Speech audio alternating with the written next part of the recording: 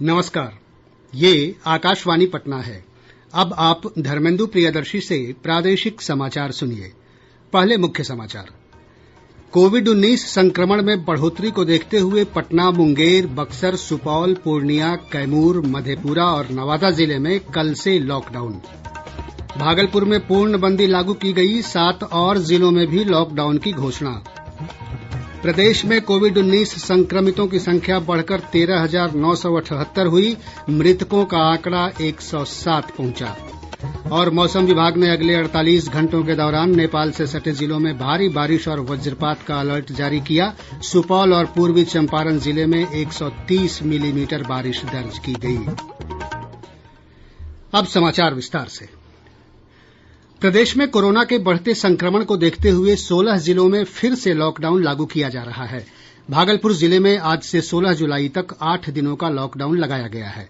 पश्चिम और पूर्वी चंपारण में भी आज से ही आंशिक लॉकडाउन लागू कर दिया गया है। वहीं पटना, मुंगेर, कैमूर, मधेपुरा और पूर्णिया जिले में कल से 16 जुलाई तक लॉकडाउन लागू होगा। इसके अलावा खगड़िया में कल से 14 जुलाई तक तथा बक्सर, सुपौल और नवादा जिले में कल से 3 दिन तक लॉकडाउन प्रभावी रहेगा। वैशाली जिले में 11 से 16 जुलाई तक लॉकडाउन रहेगा। वहीं जिला प्रशासन ने नालंदा जिले में 11 से 15 जुलाई तक 5 दिनों का लॉकडाउन लागू करने का निर्णय किया है। भागलपुर और कैमूर जिले में सिर्फ शहरी क्षेत्रों में लॉकडाउन लगाने का निर्णय लिया गया है।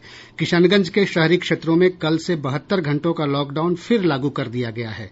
गौरतलब है कि मंगलवार से लागू लॉकडाउन की अवधि आज समाप्त हो रही थी, लेकिन कोविड-19 के मामलों में बढ़ोतरी को देखते हुए जिला प्रशासन ने पूर्णबंदी को बढ़ाने का फैसला किया है। लॉकडाउन के दौरान ट्रेन और विमान सेवाएं जारी रहेंगी। इधर पटना के जिलाधिकारी कुमार रवि ने कहा है कि जिले में कोरोना संक्रमण को नियंत्रित करने के लिए लॉकडाउन लागू किया जा रहा है। उन्होंने लोगों से मास्क पहनने और सोशल डिस्टेंसिंग का पालन करने की अपील की है। उन्होंने बताया कि 16 जुलाई तक आवश्यक सेवाओं को छोड़कर सभी गतिविधियों पर प्रतिबंध रहेगा। श्री रवि ने कहा कि निजी प्रतिष्ठान और कार्यालय इस दौरान बंद रहेंगे। मुजफ्फरपुर जिला प्रशासन ने कल से पूरे जिले में आंशिक लॉकडाउन लागू करने का निर्णय किया है। सुबह 10 बजे से शाम 5 बजे तक ही व्यावसायिक गतिविधियों के संचालन की अनुमति दी गई है। वहीं शनिवार और रविवार को आवश्यक सेवाओं को छोड़कर सभी दुकान और अन्य प्रतिष्ठान बंद रहेंगे। जिलाधिकारी चंद्रशेखर सिंह ने कहा कि बिना सूचना के होटल या भोज स्थल पर कोई भी वैवाहिक या अन्य कार्यक्रम आयोजित करने पर दंडात्मक कार्रवाई की जाएगी। इस तरह के आयोजनों को लेकर संबंधित थानों को पहले सूचित करना होगा और एक सामूहिक आयोजन में अधिकतम 50 लोग ही भाग ले सकेंगे। इसके अलावा दुकानों में बिना मास्क के पाए जाने पर दुकानदार और ग्राहक दोनों के खिलाफ कठोर कार्रवाई की जाएगी। जिलाधिकारी ने बताया कि स्थिति पर नजर रखने के लिए 16 प्रखंडों में 22 उड़नदस्तों का गठन किया गया है। प्रदेश में कोविड-19 महामारी के संक्रमण के मामलों में आज भी बड़ा उछाल देखा गया। स्वास्थ्य विभाग ने 704 मामलों की पुष्टि की है, जिसके बाद राज्य में संक्रमितों की संख्या बढ़कर 13,978 हो गई है। सबसे अधिक 132 मामले पटना में दर्ज किए गए हैं। वहीं वैशाली से 73, भागलपुर से 63, बेगूसराय से 44 और नालंदा जिले से 42 नए मामले सामने आए हैं। इधर मुजफ्फरपुर से 39, खगड़िया से 37 और मुंगेर जिले से 29 मामलों की पुष्टि हुई है। आज राज्य के 36 जिलों से नए मामले सामने आए हैं।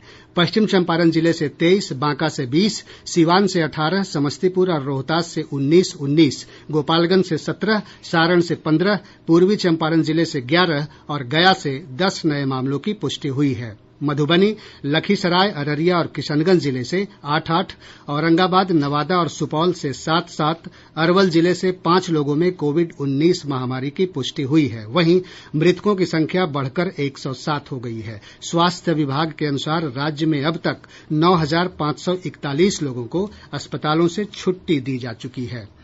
स्वास्थ्य विभाग के सचिव लोकेश कुमार सिंह ने बताया कि राज्य में जितने लोग संक्रमित हुए हैं उनमें से 70% लोग ठीक हो चुके हैं। श्री सिंह ने कहा कि प्रतिदिन जांच की क्षमता बढ़ाने के लिए आवश्यक कदम उठाए जा रहे हैं। इधर भागलपुर जिले में जगह जगह पर मजिस्ट्रेट की तैनाती कर दी गई है और लॉकडाउन का कड़ाई से पालन कराया जा रहा है। कटिहार जिले में 3 न्यायिक कर्मियों और 2 अधिवक्ताओं के पॉजिटिव पाए जाने के बाद जिला और सत्र न्यायाधीश ने आज से 12 जुलाई तक न्यायिक कार्यवाही पर रोक लगा दी है। केवल वर्चुअल कोर्ट के माध्यम से ही मामलों की सुनवाई होगी। सभी न्यायिक अधिकारियों को अपने घर से मामलों की सुनवाई करने को कहा गया है।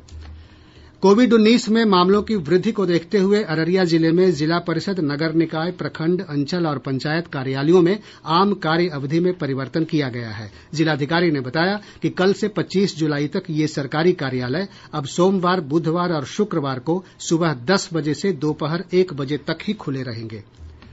बिहार लोक सेवा आयोग ने कोविड-19 महामारी के फैलाव के मद्देनजर 65वीं संयुक्त राज्य सिविल सर्विस की मुख्य परीक्षा और 31वीं न्यायिक सेवा की प्रारंभिक परीक्षा को स्थगित कर दिया है। सिविल सेवा की मुख्य परीक्षा 4, 5 और 7 अगस्त को होने वाली थी। वहीं न्यायिक सेवा की प्रारंभिक परीक्षा का आयोजन 9 अगस्त को निर्धारित था। कोरोना वायरस संक्रमण के फैलाव को रोकने के लिए पटना जिला प्रशासन ने रेलगाड़ियों से आ रहे यात्रियों के लिए नए दिशा निर्देश जारी किए हैं। इसके तहत दूसरे शहरों से आने वाले यात्रियों को अब 14 दिनों के लिए अपने घरों में क्वारंटीन रहना होगा। इधर दानापुर रेल मंडल के जनसंपर्क अधिकारी पृथ्वीराज ने बताया कि बढ़ते संक्रमण को देखते हुए मंडल रेल कार्यालय को कल से 16 जुलाई तक बंद रखने का निर्णय लिया गया है। इधर पूर्व मध्य रेलवे की ओर से तैयार किए गए 2 आइसोलेशन कोच को पटना जंक्शन पर रखा गया है। इसमें 640 मरीजों के लिए इलाज की सुविधा उपलब्ध है। देश भर में कोविड-19 महामारी से संक्रमण की संख्या बढ़कर 7,67,000 से अधिक हो गई है। पिछले 24 घंटों के दौरान लगभग 25,000 नए मामले सामने आए हैं। स्वास्थ्य मंत्रालय से जारी बुलेटिन के अनुसार संक्रमितों के स्वस्थ होने की दर 62.08% हो गई है। अब तक 4,76,000 से अधिक रोगी उपचार के बाद ठीक हो चुके हैं। वहीं इस महामारी से अब तक 21,129 लोगों की मृत्यु हुई है। 2,69,789 लोगों का विभिन्न अस्पतालों में इलाज चल रहा है। प्रादेशिक समाचार आप आकाशवाणी पटना से सुन रहे हैं।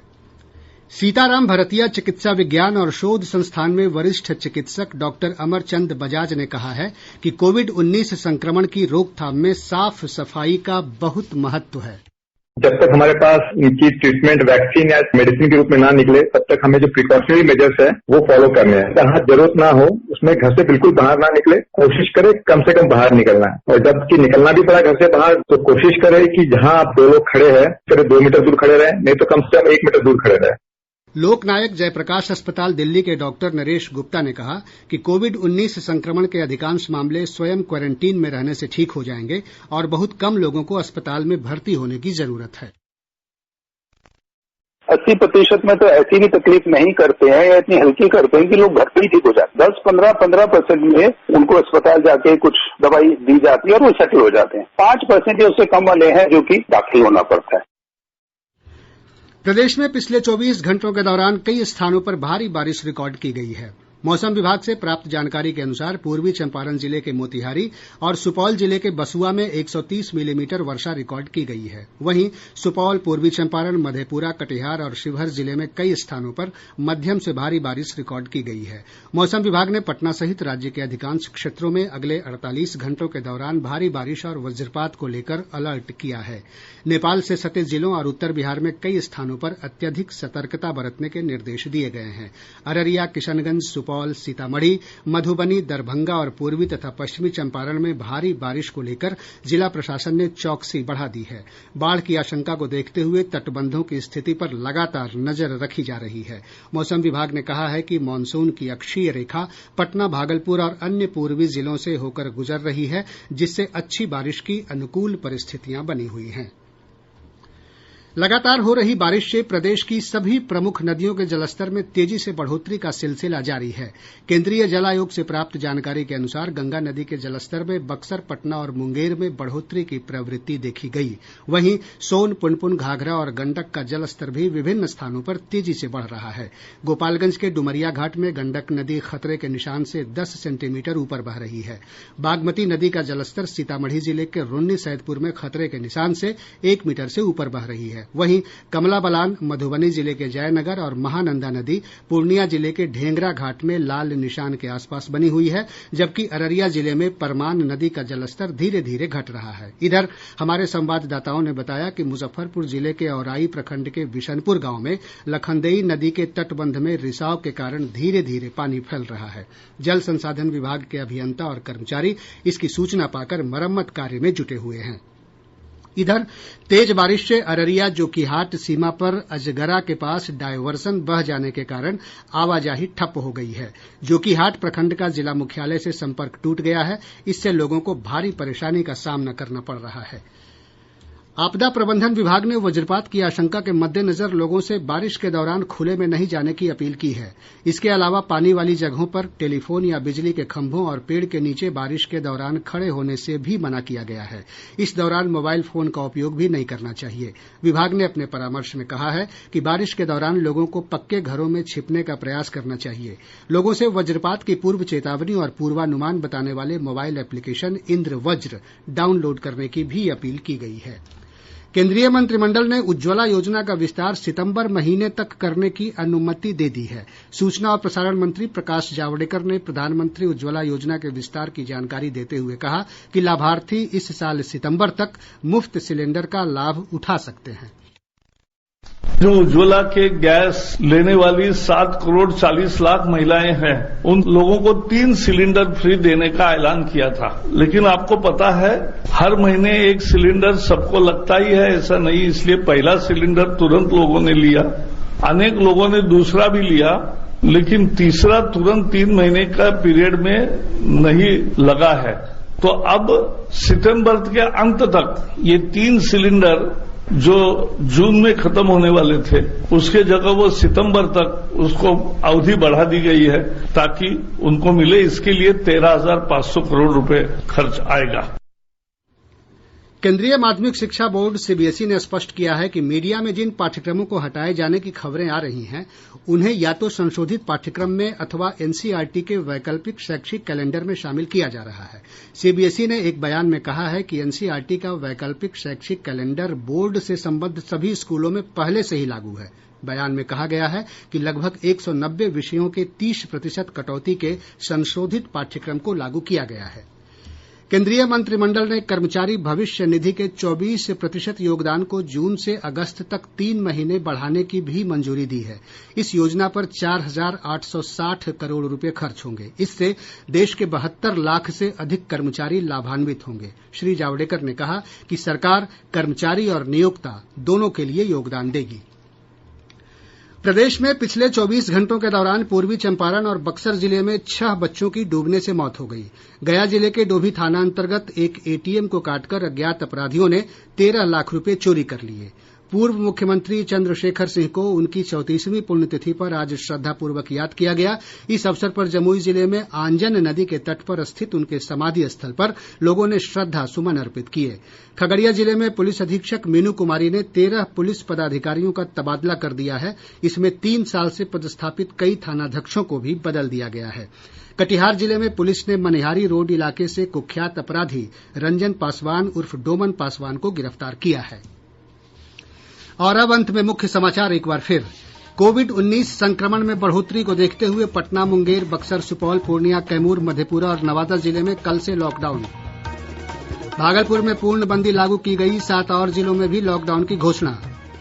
प्रदेश में कोविड-19 संक्रमितों की संख्या बढ़कर 13,978 हुई, मृतकों का आंकड़ा 107 पहुंचा।